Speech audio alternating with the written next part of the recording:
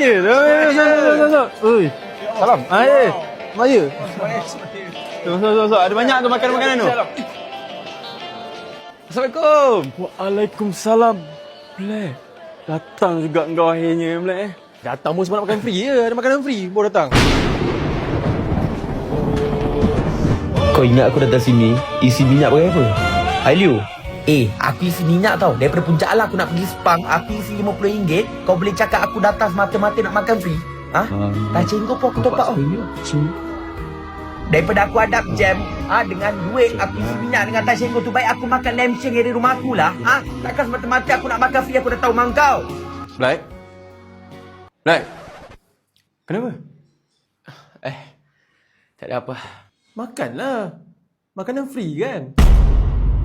Okay, Black. Terima kasih Tuan Mah. Semaya. Minggu depan rumah aku pula apa house? Kau datang lah makan free. Kau kan pantang makan free. Nah. Ni kau ambil, aku bayar untuk open house kau minggu depan. Kau nak tak? Kau nak? Nah, aku ambil, aku bagi. Nah, kau ambil untuk kau. Aku makan tadi semua aku bayar, okey? Aku tak cakap apa.